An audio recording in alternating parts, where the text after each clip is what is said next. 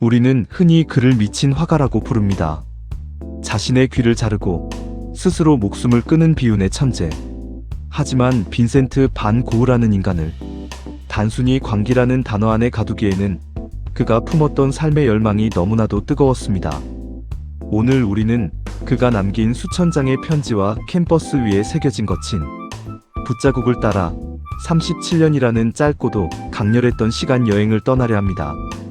이 긴 여정이 끝날 때쯤 여러분은 광기 뒤에 숨겨진 한 남자의 지독한 외로움과 그 외로움을 예술로 승화시킨 위대한 사랑을 만나게 될 것입니다.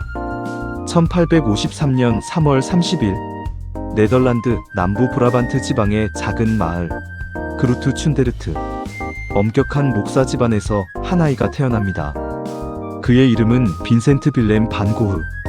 하지만 이 이름에는 슬픈 비밀이 숨겨져 있었습니다. 정확히 1년 전 같은 날 태어나자마자 죽은 형의 이름을 그대로 물려받은 것이죠.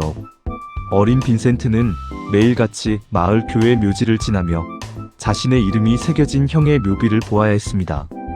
살기도 전에 죽음을 먼저 마주한 소년. 어쩌면 그의 평생을 따라다닌 정체성에 대한 혼란과 결핍은 바로 그 무덤가에서 시작되었는지도 모릅니다. 빈센트는 말이 없고 내성적인 아이였습니다. 혼자 숲을 거닐며 곤충을 관찰하고 식물의 세밀한 결을 눈에 담는 것을 좋아했죠. 남들이 보기엔 그저 조용한 아이였지만 그의 내면에서는 이미 거대한 감정의 파도가 치고 있었습니다. 아버지의 엄격함과 어머니의 차가운 태도 사이에서 소년 빈센트가 유일하게 마음을 열 수 있었던 존재는 동생 테오였습니다. 훗날 빈센트의 영혼을 지탱해줄 유일한 기둥, 테오와의 운명적인 유대감은 그렇게 소리 없이 싹을 틔우고 있었습니다. 16살의 빈센트는 삼촌의 추천으로 구필 화랑이라는 미술품 거래소에서 일을 시작합니다.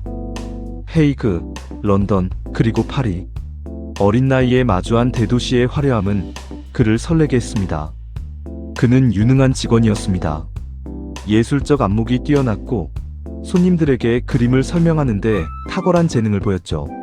하지만 런던 시절 그에게 첫 번째 시련이 찾아옵니다. 하숙집 주인의 딸이었던 우르술라 로이어. 빈센트는 그녀에게 영혼을 다 바친 사랑을 고백합니다. 하지만 결과는 처참한 거절이었습니다. 이미 약혼자가 있었던 그녀에게 빈센트의 열정은 부담스러운 집착에 불과했죠. 첫사랑의 실패는 빈센트의 정신을 송두리째 흔들어 놓았습니다. 그는 그림 판매라는 세속적인 일에 회의를 느끼기 시작합니다. 예술을 돈으로 사고 파는 행위가 무슨 의미가 있는가? 라는 근본적인 질문이 그를 괴롭혔습니다. 결국 그는 화랑에서 해고당하고 삶의 방향을 급격히 선회하게 됩니다. 바로 신의 품으로 말이죠. 빈센트는 아버지를 따라 목사가 되기로 결심합니다. 그는 신학 공부에 매진하지만 타고난 고집과 지나친 열정은 제도권 교회와 충돌했습니다. 결국 정식 목사가 되지 못한 그는 벨기에의 열악한 광산지대 보리나주로 전도사로 떠납니다. 이곳에서의 경험은 인간 빈센트의 가치관을 완전히 바꾸어 놓습니다. 그는 가난한 광부들의 처참한 삶을 목격합니다. 검은 탄가루를 뒤집어 쓴 채 하루하루 죽음과 싸우는 이들을 보며 빈센트는 결심합니다. 나만 따뜻한 침대에서 잘 수 없다. 그는 자신의 옷을 나누어 주고 빵을 포기하며 광부들과 똑같이 흙바닥에서 잠을 잤습니다. 스스로를 극한의 고통 속으로 밀어넣은 것이죠. 하지만 교회 당국은 그의 이런 기행을 품위 실추로 간주하여 전도사 직분을 박탈합니다. 신을 위해 모든 것을 바쳤던 그에게 돌아온 것은 차가운 파면 통보였습니다. 가장 낮은 곳에서 버림받은 남자. 빈센트는 절망의 끝에서 비로소 깨닫습니다. 말로 하는 설교가 아니라 손으로 그리는 예술이 자신의 진짜 기도라는 것을요. 검은 탄가루로 얼룩진 광부들의 얼굴, 그들의 주름진 손마디를 종이 위에 옮기기 시작한 것입니다. 1880년 그의 나이 27. 남들이 무언가를 성취했을 늦은 나이에 빈센트 반 고흐는 비로소 화가로서의 첫 발을 내딛습니다. 1883년 12월 30살의 빈센트는 부모님이 계신 누에넨으로 돌아옵니다. 하지만 그곳은 안식처가 아니었습니다. 목사였던 아버지는 여전히 화가가 되겠다는 아들을 실패자 혹은 가문이 수치로 여겼고, 빈센트는 마당의 작은 창고를 화실로 개조해 스스로를 유폐시킵니다. 그는 그곳에서 삶의 밑바닥을 훑는 작업을 시작합니다. 화려한 귀족이나 아름다운 풍경이 아닌 하루 종일 흙을 파고 배를 짜며 손마디가 뒤틀린 노동자들의 진실을 기록하기로 한 것이죠. 그는 말했습니다. 나는 누군가에게 기쁨을 주는 그림이 아니라 고통을 함께 나누는 그림을 그리고 싶다. 이 시기 빈센트의 팔레트는 온통 어두운 갈색과 검은색, 칙칙한 초록색 뿐이었습니다. 그는 감자를 심고 캐는 농부들의 얼굴에서 성자의 모습을 보았습니다. 그리고 2년 뒤인 1885년 그의 첫 번째 대작인 감자 먹는 사람들이 탄생합니다. 희미한 램프 불빛 아래 거친 손으로 감자를 나누어 먹는 가족의 모습. 빈센트는 그들의 정직한 노동과 고단한 삶을 찬양했습니다. 하지만 평단과 대중의 반응은 차가웠습니다. 지저분하고 기술적으로 서투른 그림이라는 비난이 쏟아졌죠. 그러나 빈센트에게 이 그림은 자신의 영혼을 처음으로 온전히 담아낸 평생 가장 아끼는 작품이 되었습니다. 1886년 2월 빈센트는 네덜란드의 어둠을 뒤로하고 예술의 심장 파리로 향합니다. 동생 테오의 아파트에 무작정 들이닥친 그는 그곳에서 거대한 충격을 받습니다. 평생 어두운 색채만을 써왔던 그에게 인상주의라는 이름의 빛이 쏟아진 것입니다. 모네, 르누아르, 피사로. 그들이 캠퍼스 위에 구현한 빛의 마법은 빈센트의 안목을 완전히 뒤흔들어 놓았습니다. 그는 더 이상 흑빛 그림을 그릴 수 없게 되었습니다. 그는 페르낭 코르몽의 화실에서 로트레크를 만났고, 카페 탕기 영감의 가게에서 고갱과 시냐크를 만났습니다. 빈센트는 전묘법을 실험하고 일본 우키요의 강렬한 원색과 평면적인 구성에 매료되었습니다. 그의 팔레트에서 어둠이 걷히고 노랑, 파랑, 빨강의 순수한 색채들이 춤을 추기 시작합니다. 2년이라는 짧은 파리 체류 기간 동안 그는 200점이 넘는 그림을 그리며 자신의 스타일을 급격하게 진화시켰습니다. 하지만 도시의 화려함 뒤에는 차가운 경쟁과 냉소가 도사리고 있었습니다. 빈센트는 파리의 인공적인 빛에 지쳐갔고 자신의 영혼을 온전히 태울 수 있는 진짜 태양을 갈망하게 됩니다. 그는 테오에게 말합니다. 남쪽으로 가야겠어. 일본처럼 밝은 빛이 있는 곳으로. 1888년 2월 빈센트는 기차를 타고 남프랑스의 작은 마을 아르에 도착합니다. 그곳의 햇살은 파리의 그것과는 달랐습니다. 눈이 시릴 정도로 푸른 하늘과 황금빛으로 물든 들판. 빈센트는 마침내 자신이 찾던 약속의 땅에 도착했음을 직감합니다. 그는 라 마르틴 광장에 있는 작은 집을 빌려 외벽을 노랗게 칠했습니다. 그것이 바로 전설적인 노란 집의 시작이었습니다. 그는 이곳을 예술가들의 공동체로 만들고 싶어 했습니다. 아르에서의 첫 몇 달 동안 빈센트는 신들린 듯 그림을 그려냈습니다.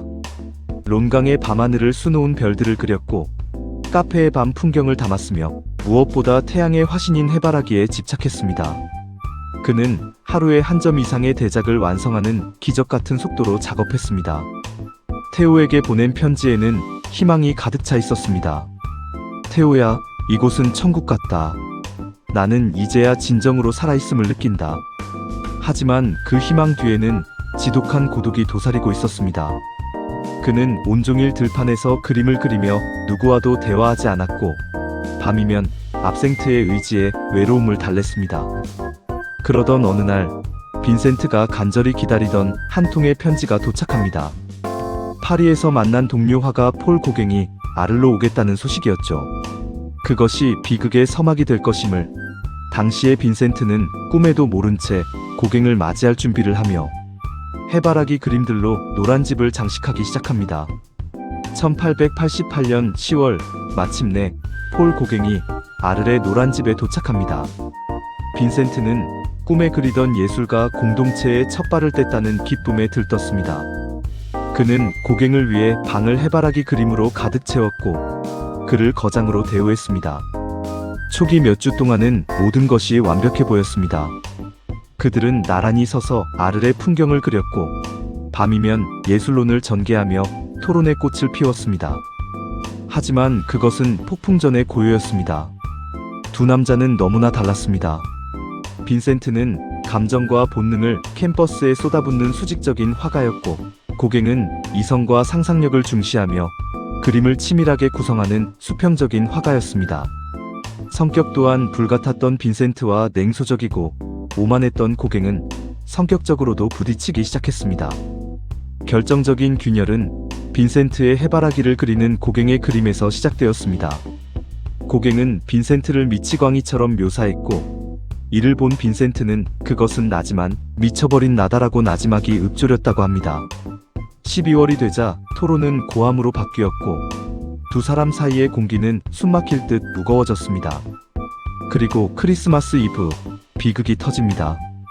고갱이 떠나겠다고 선언하자 절망에 빠진 빈센트는 면도칼을 들고 고갱을 위협하다 결국 자신의 왼쪽 귀 일부분을 잘라버리는 엽기적인 자해를 저지릅니다. 피를 흘리며 쓰러진 빈센트와 공포에 질려 떠난 고갱. 노란 집의 꿈은 그렇게 핏빛으로 물들며 산산조각 났습니다. 아를 병원에서 퇴원한 후에도 빈센트의 정신 상태는 안정을 찾지 못했습니다. 마을 사람들은 그를 미친 빨강머리라 부르며 격리를 요구하는 탄원서를 제출했고, 빈센트는 스스로를 감당할 수 없음을 깨닫습니다. 1889년 5월, 그는 아르를 떠나 인근 생레미의 생폴 드 모졸 정신병원에 자진 입원합니다. 그것은 종신형과도 같은 유폐였지만 동시에 역설적으로 그에게 가장 위대한 창작의 시기를 선사했습니다. 요양원은 그에게 안정과 보호를 제공하는 동시에 거대한 감옥이었습니다. 그는 그림을 그릴 수 있을 때만 제정신을 유지할 수 있었습니다. 그림은 그에게 유일한 동아줄이었습니다. 발작이 멈춘 틈을 타 그는 요양원 정원의 붓꽃을 그렸고, 창살 너머로 보이는 사이프러스 나무를 그렸습니다.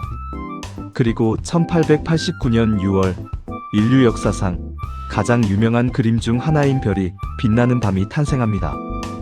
요양원 창문 너머로 보이던 새벽 하늘을 상상과 감정을 더해 재구성한 이 작품에서 빈센트는 요동치는 밤하늘과 소용돌이 치는 별들, 그리고 거대한 혀처럼 솟구치는 사이프러스 나무를 통해 자신의 불안한 내면과 신적인 에너지를 동시에 표현했습니다. 그는 편지의 죽음이 별로 가는 기차라면 나는 지금 그 기차를 타고 있는지도 모른다고 적었습니다. 그는 미쳐가고 있었지만 그의 캔버스는 그 어느 때보다 이성적이고 찬란하게 타오르고 있었습니다. 1890년 5월, 빈센트는 생레미를 떠나 파리 근처의 조용한 마을 오베르시르 우아즈로 거처를 옮깁니다. 동생 테오가 주선해준 가시 박사의 보살핌 아래 빈센트는 안정을 되찾은 듯 보였습니다. 그는 마지막 불꽃을 태웠습니다. 오베르에 머문 70일 동안 그는 무려 70점이 넘는 그림을 그려냈습니다. 하루에 한 점꼴이었죠. 오베르의 교회, 가시 박사의 초상, 그리고 끝없이 펼쳐진 밀밭들. 하지만 그의 마음속 깊은 곳에 자리 잡은 고독과 테오에 대한 경제적 죄책감은 사라지지 않았습니다. 특히 테오가 직장을 잃을지도 모른다는 소식은 빈센트를 절망의 구렁텅이로 밀어넣었습니다. 1890년 7월 27일 일요일, 빈센트는 평소처럼 화구를 챙겨 오베르 성 근처의 밀밭으로 향했습니다. 그러나 그날은 캔버스에 칠할 물감 대신 가슴을 뚫을 권총을 품고 있었습니다. 밀밭에서 한 발의 총성이 울렸고 빈센트는 피를 흘리며 쓰러졌습니다. 그는 즉사하지 않았습니다. 비틀거리며 자신의 하숙집인 나부 여관으로 돌아온 그는 침대에 누워 담배를 피우며 달려온 테오를 맞이했습니다. 이틀 뒤인 1890년 7월 29일 새벽, 빈센트 반 고흐는 테오의 품에 안겨 슬픔은 영원할 것이다라는 마지막 말을 남기고 37세의 나이로 영원한 안식에 들었습니다. 그의 장례식은 소박했고 그의 관 위에는 그가 그토록 사랑했던 해바라기 꽃들이 가득 놓였습니다. 그리고 6개월 뒤, 형을 잃은 슬픔을 이기지 못한 테오마저 형의 뒤를 따릅니다. 죽음조차 갈라놓지 못한 형제는 지금 오베르의 밀반 옆 공동묘지에 나란히 잠들어 있습니다. 그는 떠났지만 그가 남긴 색채는 죽지 않았습니다. 생전에 단 한 점의 그림밖에 팔지 못했던 무명화가. 하지만 지금 그의 이름은 예술 그 자체가 되었습니다. 빈센트 반 고흐. 그는 자신의 삶을 온전히 캔버스 위에 불태움으로써 우리에게 고통 속에서도 아름다움을 발견하는 법을 가르쳐 주었습니다. 그가 남긴 강렬한 붓자국과 색채는 지금 이 시간에도 전 세계 수많은 사람에게 뜨거운 위로와 감동을 전하고 있습니다. 빈센트 반 고흐가 세상을 떠난 지 130년이 넘는 시간이 흘렀습니다. 생전에 그는 단 한 점의 그림만을 팔았던 실패한 화가였고 광기에 사로잡힌 외로운 이방인이었습니다. 하지만 역사는 그를 다르게 기록했습니다. 그가 죽은 뒤 동생 테오의 부인인 조안나는 빈센트와 테오가 주고받은 수백 통의 편지를 세상에 공개했습니다. 그리고 사람들은 비로소 깨달았습니다.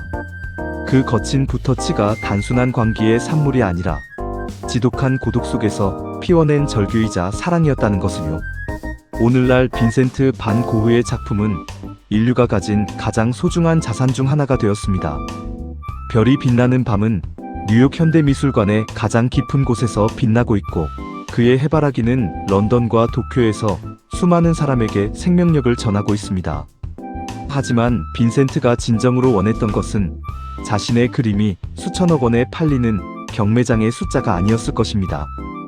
그는 그저 자신의 그림이 누군가의 지친 하루의 위로가 되길 바랐고 평범한 이들의 고통을 어루만지는 따뜻한 손길이 되길 원했습니다.